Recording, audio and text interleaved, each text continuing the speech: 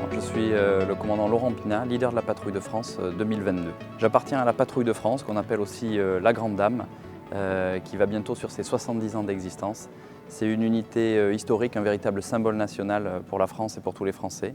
Nos missions et notre mission principale, c'est représenter la France aux yeux du monde, en quelque sorte, à l'étranger.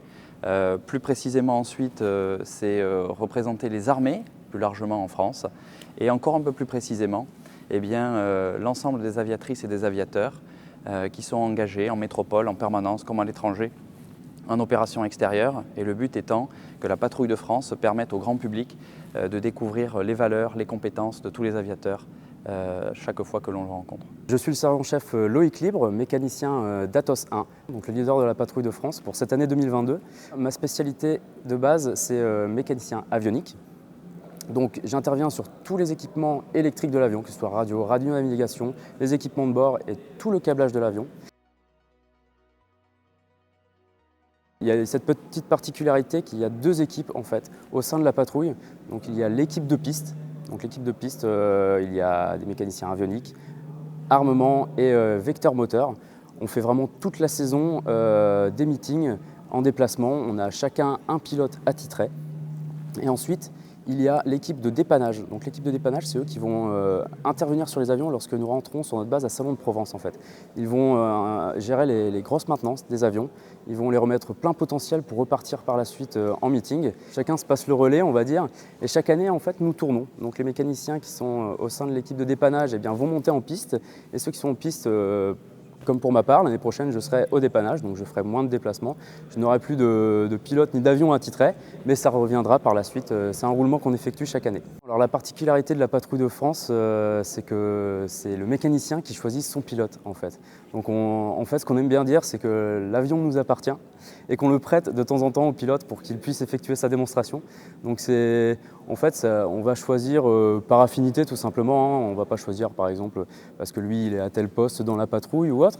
On va vraiment choisir par affinité. Je me sens bien de faire la saison de piste avec lui comme binôme. Il y a un bon feeling finalement. Et ça c'est une petite tradition au sein de la patrouille qu'on aime bien garder. Donc il va y avoir une petite cérémonie entre nous. Et on va se répartir, dans l'ordre d'ancienneté des mécaniciens bien sûr, on va se répartir les pilotes un à un. Alors moi je suis officier de carrière, je suis rentré dans l'armée de l'air en 2006. J'ai effectué donc 3 années à l'école de l'air.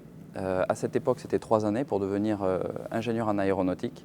Maintenant c'est 4 années académiques avant de rejoindre le parcours de pilote pour me concernant. Donc officier de carrière, pilote et plus précisément pilote de chasse. J'ai effectué toute la formation entre avion à hélice, avion à réaction, l'Alpha Jet, puis ensuite l'Alpha Jet dans son utilisation plus tactique et opérationnelle sur la base aérienne de Cazaux pour apprendre le combat aérien et le tir également. Ça jusqu'en 2012 où j'ai rejoint mon premier escadron opérationnel, l'escadron de reconnaissance 233 Savoie sur Mirage F1CR, pour y vivre les 2-3 dernières années de cette unité et de cet avion avant son retrait de service. Ensuite, j'ai basculé sur Rafale, monoplace au sein du régiment 230 Normandie-Niemen, qui tient une place particulière ici au Musée de l'Air et de l'Espace avec un très beau hall. Pour mon parcours, j'ai d'abord passé un baccalauréat scientifique. À l'issue, j'ai tenté le concours EOPN, donc élève officier du personnel navigant, pour tenter d'être pilote de chasse. Donc malheureusement, je n'ai pas été reçu, mais ce n'a pas été une fin en soi pour moi. Je savais que je voulais travailler sur ces magnifiques machines pour lesquelles je suis passionné depuis l'âge de mes 10 ans. Donc j'ai passé les sélections pour devenir mécanicien. À l'issue, j'ai été formé par l'armée de l'air et de l'espace. D'abord une formation militaire, forcément, nous sommes tous militaires. Ensuite une partie spécifique, donc de ma spécialité, mécanicien avionique, qui a duré 1 an. Donc on m'a vraiment appris de A à Z mon métier. Et par la suite, j'ai été affecté sur la base aérienne de Tours, au sein de l'école de l'aviation de chasse, où j'ai travaillé sur le même avion, donc l'Alpha Jet, qui désormais n'est plus à Tours. Et dès que j'ai pu, j'ai essayé de réaliser mon rêve d'enfant en fait, d'intégrer la Patrouille de France. Donc j'ai prospecté et finalement j'ai réussi à l'intégrer et maintenant c'est que du bonheur. Pour intégrer la Patrouille de France, chaque année, il faut savoir qu'il y a 3 pilotes nouveaux qui intègrent.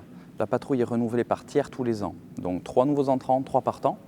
Une prospection circule chaque année On y répond, c'est sur la base du volontariat. Ensuite, la direction des ressources humaines de l'armée de l'air et de l'espace effectue un premier filtre pour pouvoir décider quels sont les candidats qui vont venir aux sélections. Et ensuite, on passe avec l'équipe en place, c'est un principe de cooptation, où l'équipe en place choisit les nouveaux pilotes de la patrouille. C'est un processus qui ne repose pas sur les compétences, je dirais, techniques ou tactiques de chacun des candidats. C'est véritablement sur l'état d'esprit, le savoir-être, la personnalité de chacun pour que l'équipe puisse se construire et créer une véritable symbiose, au même titre qu'une équipe de foot qui a besoin de bien s'entendre pour bien travailler, bien fonctionner et bien rayonner.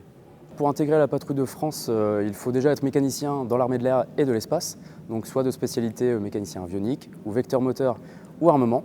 Ensuite, chaque année, il y a une prospection qui est lancée dans l'armée de l'air et de l'espace au sein des mécaniciens. Donc, si on se sent l'âme d'intégrer la patrouille de France, on répond à cette prospection. La direction des ressources humaines de l'armée de l'air et de l'espace effectue un premier filtre parce qu'il y a certains prérequis pour nous. Donc, il faut avoir minimum 2 ans d'expérience sur avion, de préférence avion de chasse.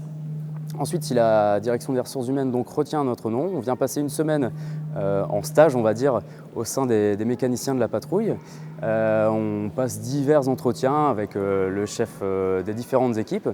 Et en fait, ce qu'on va surtout rechercher, finalement, c'est des qualités humaines au sein de ce personnel qui va prospecter, parce qu'on part du principe que chaque mécanicien sait faire son travail dans l'armée de l'air et de l'espace. Donc chaque mécanicien a déjà pris de l'expérience dans diverses unités.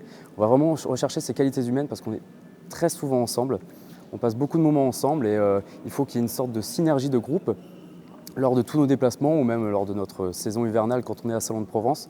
Donc c'est vraiment sur cet aspect-là qu'on va analyser la personne, on va dire. C'est un petit peu bizarre parce qu'on est des mécaniciens qui allons juger d'autres mécaniciens finalement.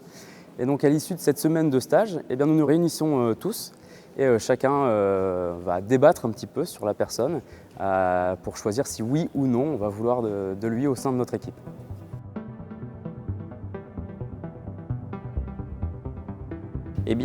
On apprend à la patrouille de France un nouveau métier, ça c'est une réalité. En revanche, on y cultive tout ce que l'on a acquis sur le plan opérationnel précédemment. C'est pour cela que pour pouvoir devenir pilote à la patrouille de France, il faut avoir une solide expérience opérationnelle préalable, ce qui est le cas de tous les pilotes de chasse qualifiés jusqu'à la qualification chef de patrouille.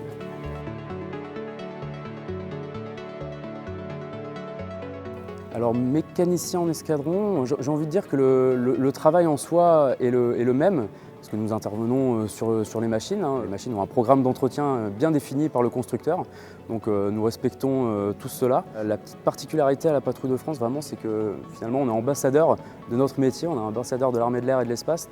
Tout à coup on est mis en vitrine, et ce n'est pas le cœur de notre métier finalement.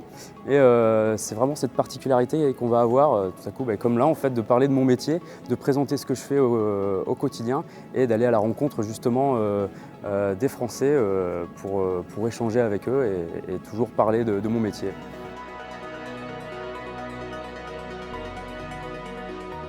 Quand on rejoint la Patrouille de France, il faut imaginer la Patrouille de France comme une simple parenthèse entre une partie en escadron opérationnel, donc pendant plusieurs années, généralement une dizaine d'années en unité opérationnelle, ce qui est le cas de tous les pilotes de la patrouille aujourd'hui, entre 2 et 4 ans au sein de la Patrouille de France, en fonction des cursus, et ensuite on a vocation à retourner en unité de combat derrière, ce qui va être mon cas d'ailleurs. Je viens du régiment de chasse de 30 Normandie-Niemen sur Rafale.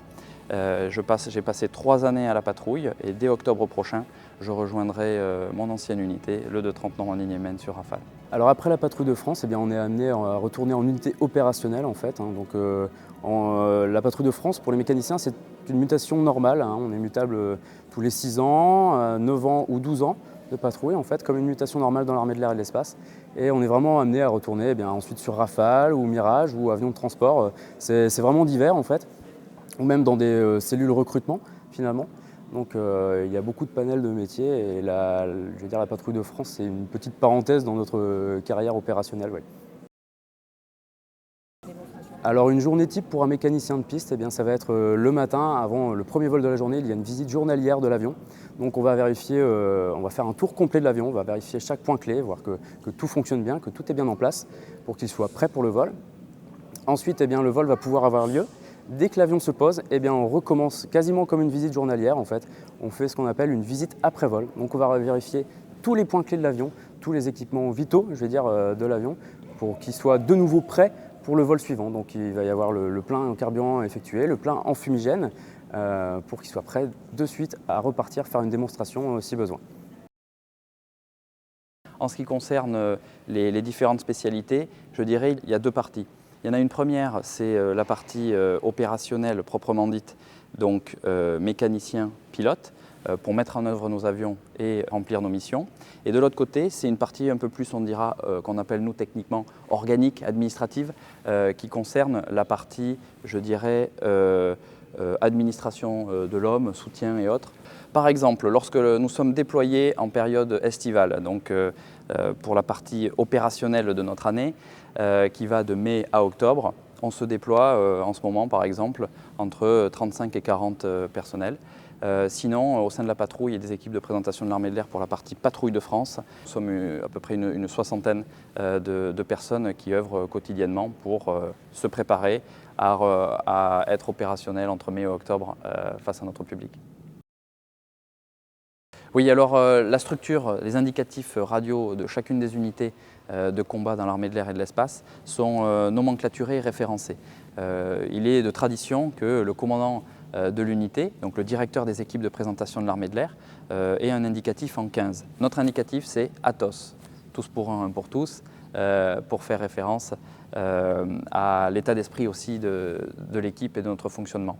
Donc il y a un 15, moi je suis ATOS 1 pour tout simplement que les numéros soient de 1 à 9, plus simplement utilisables au sein de la patrouille. Sinon, dans les unités de combat, il y a des numéros qui sont associés à des responsabilités. Le 15, c'est le commandant d'escadron, le 16, le commandant second, le 17, c'est le chef des opérations, et ensuite il y a plusieurs numéros.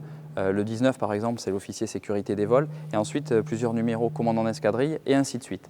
Plus on a des numéros élevés dans les unités de combat, plus on est jeune en quelque sorte dans le métier, et à mesure qu'on s'approche bien du numéro 15, on acquiert encore un peu plus de responsabilité et d'expérience de manière générale. À la patrouille, on est nous tous qualifiés avec la qualification chef de patrouille. Les numéros sont surtout là pour facilement aussi se repérer en vol, c'est important.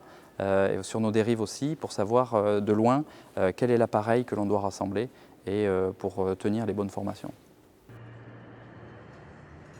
Alors la particularité de la patrouille de France par rapport aux autres patrouilles, c'est qu'on est les meilleurs des patrouilles en fait. Non, après forcément c'est notre unité de cœur, donc on a toujours envie de la porter bien haut, mais toutes les autres patrouilles ont leurs petites particularités. C'est toujours intéressant de pouvoir échanger avec eux justement. En novembre dernier justement, on a eu l'occasion de rencontrer la patrouille italienne, les Frecce Tricolori, à l'occasion de la signature du traité Quirinal.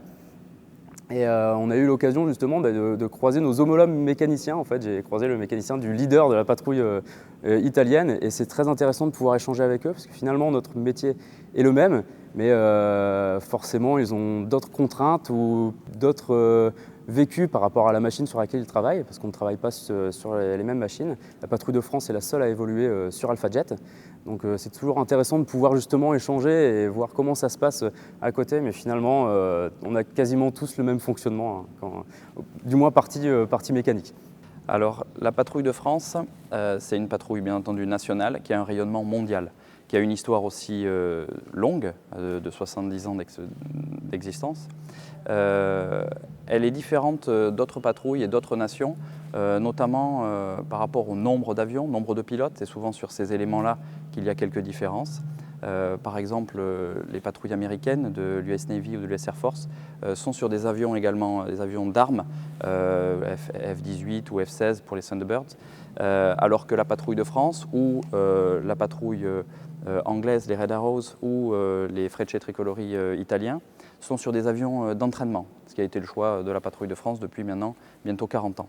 Ensuite, dans le fonctionnement interne, on a eu l'occasion de côtoyer plus particulièrement cette année les Frecce Tricolori à différentes occasions. On a pu se rendre compte qu'ils avaient aussi un fonctionnement interne, que ce soit dans l'apprentissage, l'entraînement, la rotation aussi des pilotes aux différents postes, et également dans leur formation et leur cursus qui était différent du nôtre. La grande spécificité française, quelle est-elle ? c'est que chaque année, il faut imaginer que l'on repart un petit peu d'une feuille blanche, où on change le leader.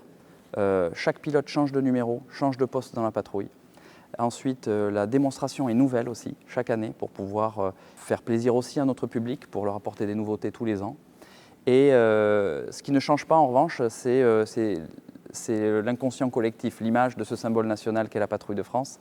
Et c'est l'excellence avec laquelle on est attendu dans les yeux de notre public. Ça, c'est quelque chose qui reste constant année après année. Donc c'est un vrai challenge renouvelé tous les ans, de véritablement remettre en question un peu chaque poste, chaque démonstration à la patrouille de France.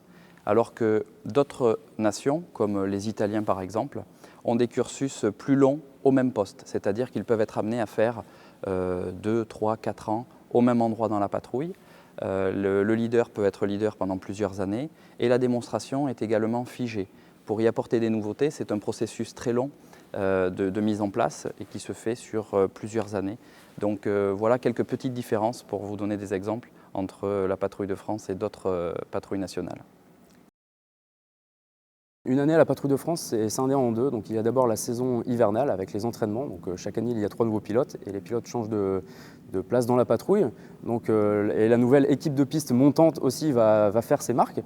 Donc ça, c'est de octobre au mois de mai. Donc il y a 2 vols par jour, du lundi au vendredi. Et ensuite, dès que l'on va passer sur la saison estivale, là, on va être en déplacement du jeudi au lundi, en fait. Donc, notre week-end, entre guillemets, on va dire, est le mardi, mercredi. Et tout le reste du temps, on est en déplacement. Généralement, on fait 2 sites par week-end, aux 4 coins de la France ou même à l'étranger.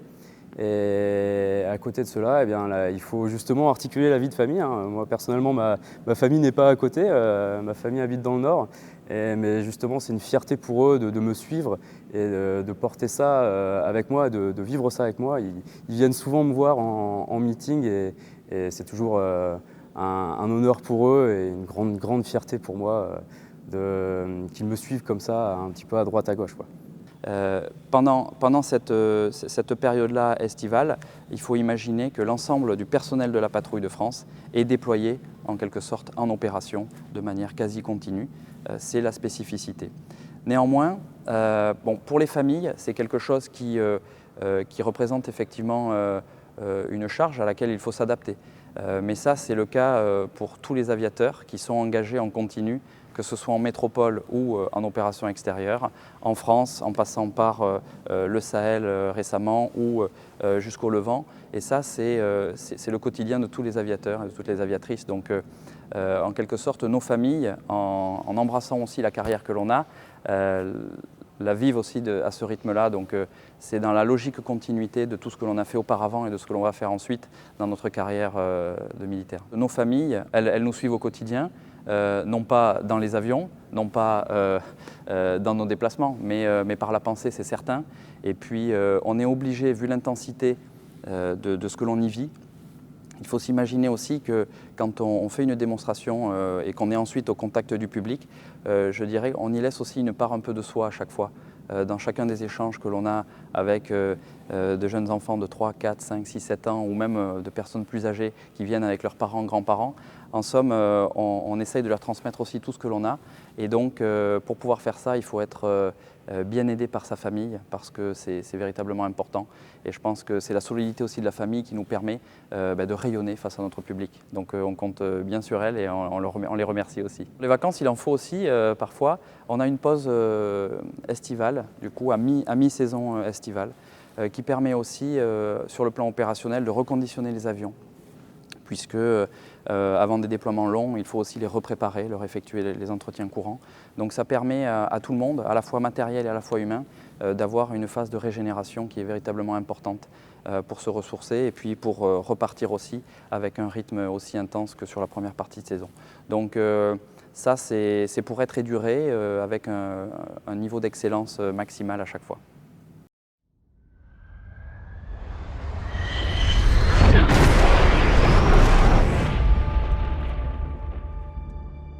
Regardez qui est là! Moi qui croyais qu'il prenait que les meilleurs. Messieurs, voici Blackman, Eggman. si tu veux. Alors, la vie de pilote de chasse, l'état d'esprit aussi de l'aviation de chasse et je trouve de l'aéronautique en général, c'est quand même pousser au dépassement. Ça, c'est une certitude. Nos aînés, le site du musée de l'air et de l'espace l'atteste, c'est qu'on n'en serait pas arrivé là sans se dépasser. Donc le dépassement ne passe pas forcément par la compétition, parce que ça, ce n'est pas vraiment ce que j'ai ressenti au cours de mes dernières années en unité de combat ou à la patrouille de France, bien au contraire. En revanche, l'émulation, je pense qu'il en faut. Pour pouvoir faire face à de potentiels adversaires, il faut une part d'agressivité, ça c'est une certitude, parce qu'on est des combattants, on reste militaires. Cette singularité-là, il faut aussi la faire valoir et l'exporter. Donc ça, c'est une réalité. Par contre, on est tous des équipiers et la finalité de la mission est bien évidemment le succès de notre équipe. Donc on ne peut pas faire ça dans un état d'esprit compétitif. À la patrouille de France, pour prendre un exemple plus précis de ce que l'on fait, ce que l'on dit souvent, c'est que l'erreur de l'un est l'erreur de tous et qu'il n'y a aucun succès qui ne peut être autrement que collectif. C'est vrai qu'on a toujours été un petit peu considéré comme le métier de l'ombre en fait, et on a un rôle très important dans ce qui se fait à chaque fois. Hein. Finalement, sans le mécanicien, eh bien, le pilote ne peut pas utiliser son avion. Donc le fait que le mécanicien soit très présent dans Top Gun, ça a été un petit peu un honneur pour nous de voir qu'on soit mis un peu en lumière. C'était super à voir, et puis forcément le film Top Gun, avec tout ce qu'il représente derrière, les vocations qu'il peut faire naître. J'imagine que peut-être derrière, il va pouvoir faire naître des vocations pour des mécaniciens ou qui se sentiraient l'âme d'un mécanicien. Donc c'était super de voir cela.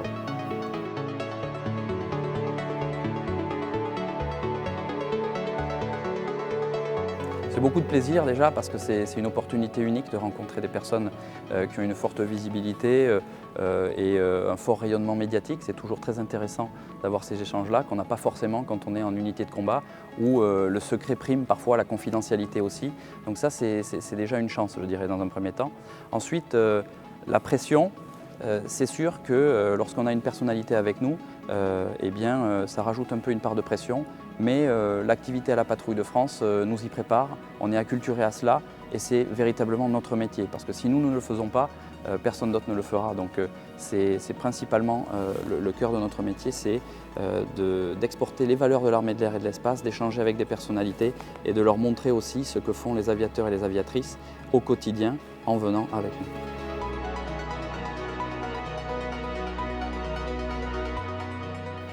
Les différences, je dirais, sont plus dans le contenu, mais la méthodologie reste la même. On a plusieurs tempos de préparation dans le cycle des opérations aériennes.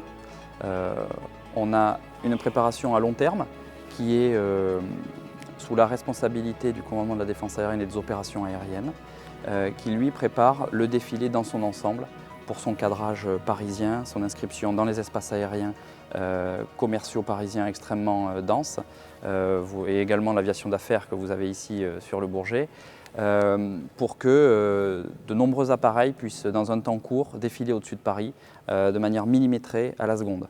Ça, c'est une vraie préparation minutieuse qui est faite en amont par le commandement de défense aérienne et des opérations aériennes. Ensuite, il y a une préparation plus, je dirais, de court terme. Celle-ci, on commence du coup à mettre en œuvre ce qui a été préparé sur le papier. C'est donc la préparation qui va avoir lieu là le 11 juillet, généralement à J-1, J-2, qui permet d'avoir un dispositif restreint qui vient sur le site et qui déroule le papier à musique du 14 juillet. Ça permet d'identifier et de repérer le sol, les procédures radio, les procédures de coordination avec les contrôleurs aériens et les espaces aériens particuliers parisiens, et que chacun aussi des leaders qu'on appelle de boxe, puisque à chaque fois que vous voyez dans la part du défilé aérien plusieurs avions, il y a un leader de boxe et son remplaçant éventuel. Et donc lors de la répétition, ces deux personnes-là assistent au déroulé. Pour que le 14 juillet, ensuite, on rentre dans une autre préparation qui est celle commune à toutes les missions lorsqu'on part voler. C'est une préparation de court terme. Et là, du coup, c'est directement les conditions du jour, les spécificités et les différences par rapport à ce que l'on a fait à l'entraînement qui vont apporter des modifications le jour J et intégrer toute la spécificité de la journée proprement dite pour pouvoir partir voler avec un briefing préalable, généralement 1 heure avant le décollage, qui permet ensuite d'avoir une mission la mieux préparée possible. Parce que plus on prépare, moins on a de surprises en vol, parce que le vol, comme l'aéronautique en général, nous apporte quand même un lot de surprises quotidien qu'il faut prendre en compte. Alors finalement, pour la partie mécanique, c'est une mission comme une autre, parce que nous appréhendons la journée de la même manière, avec la visite journalière de l'avion, la préparation de l'avion pour le vol. La petite particularité en plus, c'est que pour le 14 juillet, nous emmenons un avion supplémentaire. Donc habituellement, la patrouille de France se déplace à 10 avions. Donc là, on emmène un 11e avion, vu que les pilotes volent en formation Big Nine au-dessus des Champs-Élysées. Donc ils sont à 9 avions et il nous faut toujours 2 avions en spare. Donc nous, ça nous représente une petite charge de travail supplémentaire. Il y a un avion supplémentaire à préparer. Ensuite, niveau préparation de la mission, ça reste la même chose, à part le fait que peut-être, oui, on va encore plus bichonner notre avion pour qu'il soit étincelant et qu'il soit le plus beau au-dessus des Champs-Élysées. Mais sinon, oui, ça représente la même charge de travail pour nous. Voici la formation Yankee, les pistes face à l'ouest extérieur, comme ce matin, la 27 droite, 26 gauche en service à l'atterrissage. Les pistes intérieures en service pour le décollage. Régime de base pour nous à 2 fois 89,5 10. Et le vélo maintenant. Aérofrein sorti, top. Réajuste bien, 2 fois 90. Tricolore tout le monde et la fumée, top. Je rends le trick. Aérofrein rentré, top. Eh bien, lors de cette préparation, il faut s'imaginer qu'on reste pilote, humain. On a donc 2 mains, on a une paire d'yeux, des oreilles, on regarde, on écoute et on utilise tous ces sens-là pour pouvoir se préparer à ce qui va se passer dans le cockpit et dans la mission qui va suivre. Donc la main gauche, par exemple, quand on la voit monter, descendre, celle-ci manipule la manette des gaz. On le fait souvent en synchronisation, je l'annonce à la radio, je l'exécute ensuite et tous les équipiers le font simultanément à la même seconde. Ça, c'est pour la gestion de l'énergie, la vitesse de l'avion. Ensuite, la main qui bouge, c'est le manche qui bouge concrètement. Quand moi je le bouge comme ça, par exemple, l'équipier qui est juste à ma droite va le faire avec un peu d'anticipation. Celui qui est encore à sa droite va le faire avec encore un peu plus d'anticipation et une amplitude encore un peu plus grande. Tous ces gestes-là sont calibrés et se font au visuel de ce que je fais pendant le briefing et synchronisés au briefing pour qu'en vol, eh bien, vous ayez la sensation que les 8 appareils, ou 9 selon les cas, puissent voler comme un seul et même avion. On cherche à accélérer la vitesse, 200 pieds croisant chandelle. 200 pieds dans la gauche, et cadence bien, cadence. Je te vois. J'ai les 2 Oui, chandelle. Donc après, le petit geste avec le pouce, ou les annonces cadence, cadence bien, cadence encore, eh bien ça c'est ce qui permet de manipuler la profondeur de l'avion et donc le facteur de charge et la manière dont les trajectoires vont être serrées ou desserrées pendant la démonstration. Donc voilà tout ce qu'on y cultive. Et moi en tant que leader, c'est un moment très particulier, pour chacun des équipiers bien entendu, qui permet aussi de se jauger. C'est-à-dire aujourd'hui, est-ce que je suis dans le bon niveau attentionnel? Est-ce que j'ai une belle énergie? Est-ce que j'ai bien fait attention à ce que mon équipier a dit, au moment où il l'a dit? Et c'est là où aussi on détecte certaines erreurs parfois qu'il convient de corriger avant de partir voler. Donc c'est une vraie bulle en quelque sorte qui peut s'assimiler à une phase un peu de sophrologie, je dirais, de mentalisation de la réussite qui va suivre. Niveau mécanique, alors on ne briefe pas la mission de la même manière que les pilotes, hein, c'est sûr, mais notre chef des mécaniciens, donc l'officier mécanicien, se réunit chaque jour avec la partie direction, le leader et la partie communication. Et ensuite, il fait redescendre les informations vers nous. Donc c'est pareil, on se réunit, c'est ce qu'on appelle dans notre jargon au final la messe. Voilà, on se réunit tous et c'est là où on va avoir les informations pour le meeting suivant. Les particularités du site, par exemple, on va dire le parking est trop petit, on va devoir mettre 5 avions d'un côté, 5 avions de l'autre, ou alors là les avions vont être disposés de telle manière. On va aussi débriefer la journée qui s'est passée, donc ça c'est très bien passé, ça on peut peut-être améliorer, et on va repréparer la mission suivante avec les particularités qu'il peut y avoir à chaque site en fait. Alors chacun a son silo. Pour détailler toute la partie opérationnelle, il y a deux volets pour chaque personne. Une part plutôt opérationnelle, je dirais, dans la conduite du vol, et une part plus extérieure pour le côté, on va dire, logistique, administration de nos déplacements et de notre mission. Pour la partie du vol proprement dite, moi je suis en quelque sorte le destinataire du travail de chacun pour pouvoir éventuellement aussi demander et orchestrer tout cela pour que l'ensemble des éléments de la mission me soient transmis avant de partir voler. Ensuite, je demande au cours du briefing, notamment au numéro 8, qui lui est l'extérieur droit de la patrouille. C'est lui l'expert de tout ce qui est coordination avec les espaces aériens, les zones, et il m'informe en gros du volume dans lequel on va évoluer et quelles vont être les restrictions de la trajectoire à prendre. Ensuite, je demande la météorologie au numéro 6, qui est le second solo, et il a cette tâche en permanence pour chacun des vols que l'on fait, pour que je connaisse les restrictions, le plafond, le vent et les effets météorologiques à prendre en compte pour notre mission. Il faut imaginer qu'on a plusieurs démonstrations de disponibles en fonction du plafond des nuages. Eh bien, je vais avoir une démonstration ou une autre. On a 3 types de démonstrations, donc c'est très important de savoir avant de partir voler quelles sont les conditions météorologiques auxquelles on va être confronté. Après, il y a également le numéro 5 qui lui est le premier solo. Lui se charge de toute la coordination opérationnelle du vol avec le contrôle aérien, la plateforme de départ, la plateforme de destination, le directeur des vols, l'organisation de la manifestation aérienne pour que tous ces petits détails, les particularités du site sur lequel on va soient prises en compte.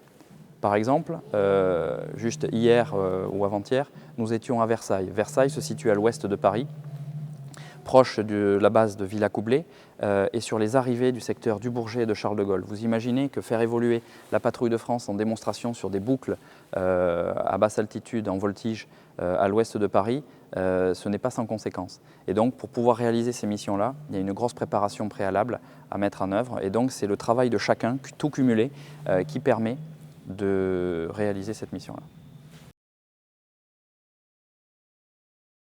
Chaque avion possède un pod fumigène en dessous de l'avion. À l'intérieur, il y a 2 cuves. Donc chaque avion possède du blanc, ou alors du rouge ou du bleu en fonction de sa position dans la patrouille. En fait, le fumigène, c'est une sorte de mélange d'huile.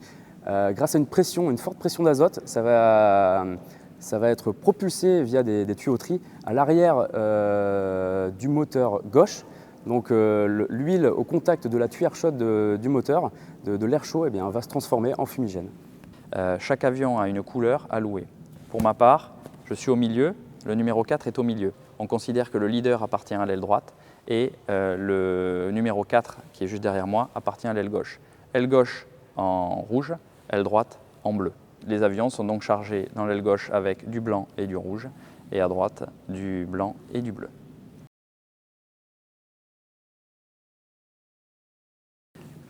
Les formations les plus complexes à la patrouille de France sont celles où l'ensemble des avions sont relativement éloignés du leader. Plus les avions sont proches du leader et dans une formation compacte, plus la formation est manœuvrante et les écarts sont facilement rattrapables et les anticipations sont plus faibles. Les formations de type que nous avons dans la démonstration cette année par exemple, de type cygne, où vous voyez 4 avions en colonne les uns derrière les autres et l'aile qui est ensuite reculée le plus à l'arrière de la formation, ces formations-là sont relativement complexes à tenir parce qu'elles demandent une forte anticipation de tous les équipiers, particulièrement aussi des bouts d'aile qu'on appelle les extérieurs, les numéros 7 et 8, qui ont des bras de levier extrêmement importants à rattraper et à anticiper vis-à-vis du leader. Et il faut se dire aussi que c'est très difficile, mais pas seulement pour les bouts d'aile, parce que dans ces formations-là, le moindre écart de devant se cumule de proche en proche avec des écarts de plus importants à mesure qu'on s'éloigne de l'avion du leader. Donc ça demande une précision et une stabilité des avions de devant véritablement importante.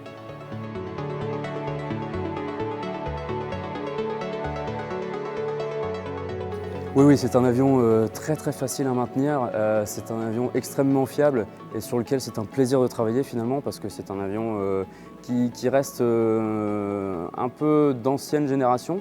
Donc on est toujours, du moins pour ma spécialité de mécanicien avionique, on est avec notre petit multimètre à tester de fil à fil pour voir les petits problèmes qu'il peut y avoir, contrairement à des avions plus récents où la méthode de travail n'est pas forcément la même. Donc c'est cette partie qui est très intéressante sur Alpha Jet et c'est vraiment, comme j'aime l'appeler, le super avion de l'armée de l'air et de l'espace. Effectivement, plusieurs situations peuvent amener à une annulation parce qu'il faut savoir qu'aucun spectacle aérien ne mérite de prendre des risques inconsidérés. et aucun public ne mérite aussi ce genre de prise de risque. C'est pour cela qu'on a des règles auxquelles on s'astreint pour pouvoir voler dans des conditions de sécurité satisfaisantes. La manifestation aérienne est très réglementée et régulée aujourd'hui et c'est en suivant ces règles-là qu'on prend soin des manifestations aériennes futures également. Donc pour prendre des exemples, il faut savoir que le leader est irremplaçable en soi.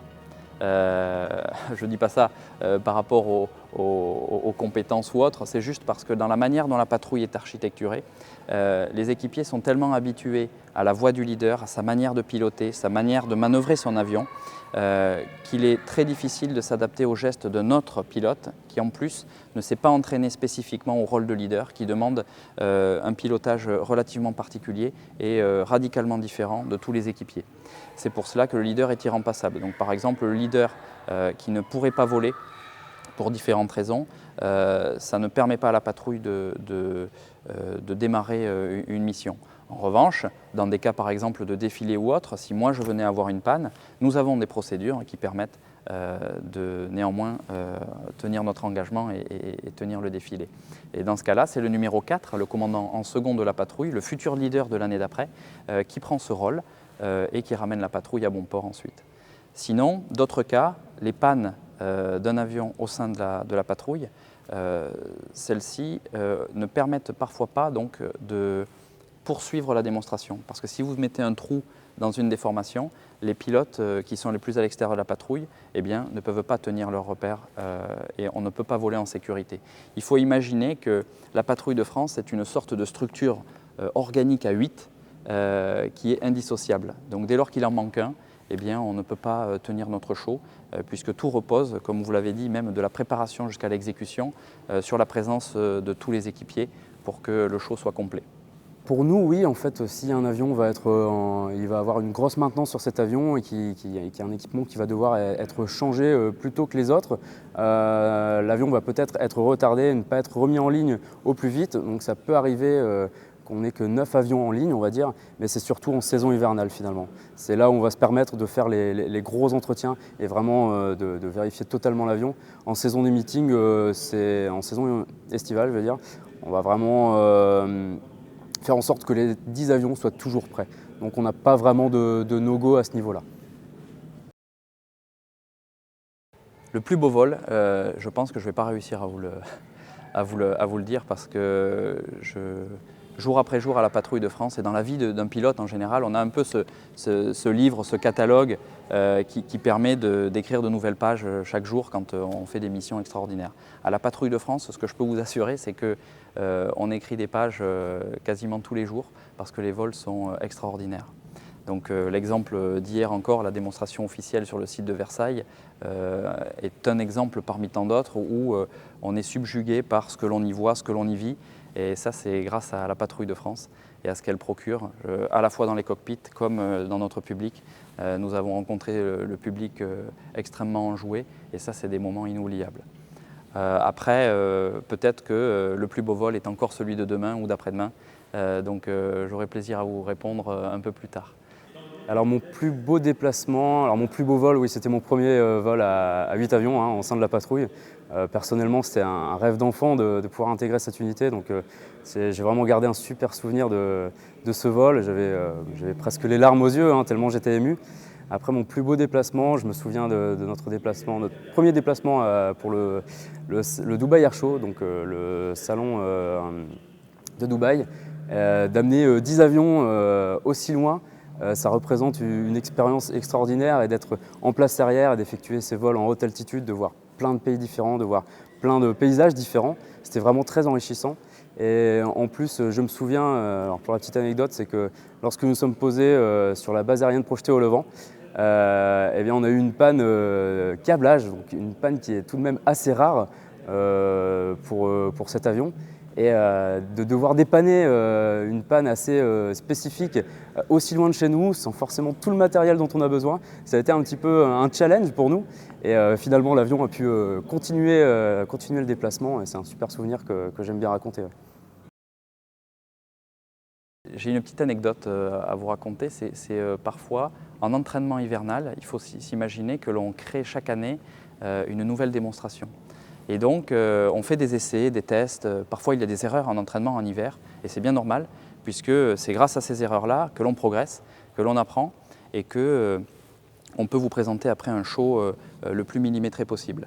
Et en hiver, ce qu'il s'est passé à un moment, c'est une erreur de formation ou de fumée eh bien, nous a donné une idée, puisqu'on débriefe chacun de nos vols à la vidéo.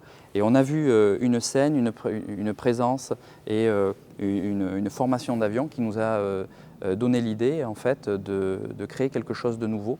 Par exemple, cette année, en 2022, nous avons une formation qui s'appelle la formation 53, que l'on a créée, une nouvelle formation relativement complexe à mettre en œuvre, mais qui nous permet de déployer 5 avions d'un côté, 3 avions de l'autre, pour faire référence aux futurs 70 ans d'existence de la patrouille l'année prochaine en 2023. C'est ce que vous voyez du coup au milieu du show. Et ça, c'est le fruit d'essais, de tests, parfois d'erreurs, qui permettent de construire quelque chose de superbe. L'armée de l'air et de l'espace, c'est l'armée la plus féminisée. On avait une femme mécano encore récemment, qui est désormais partie dans une autre unité. On a toujours une femme mécano qui est attitrée au bureau technique. Donc elle gère vraiment tout ce qui est la partie papier et gestion des grosses maintenances de l'avion.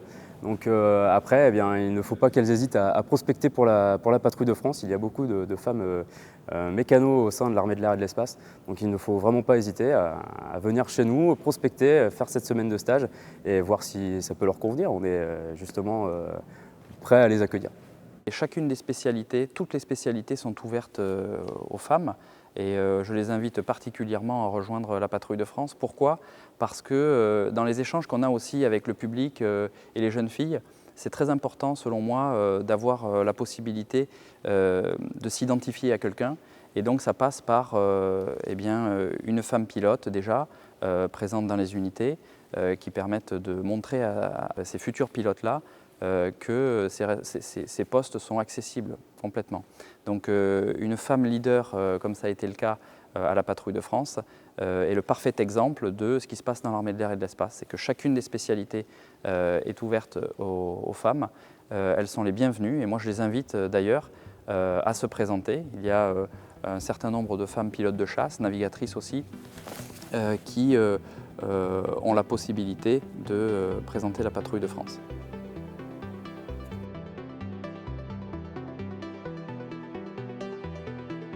Il est plus grand, il est plus long.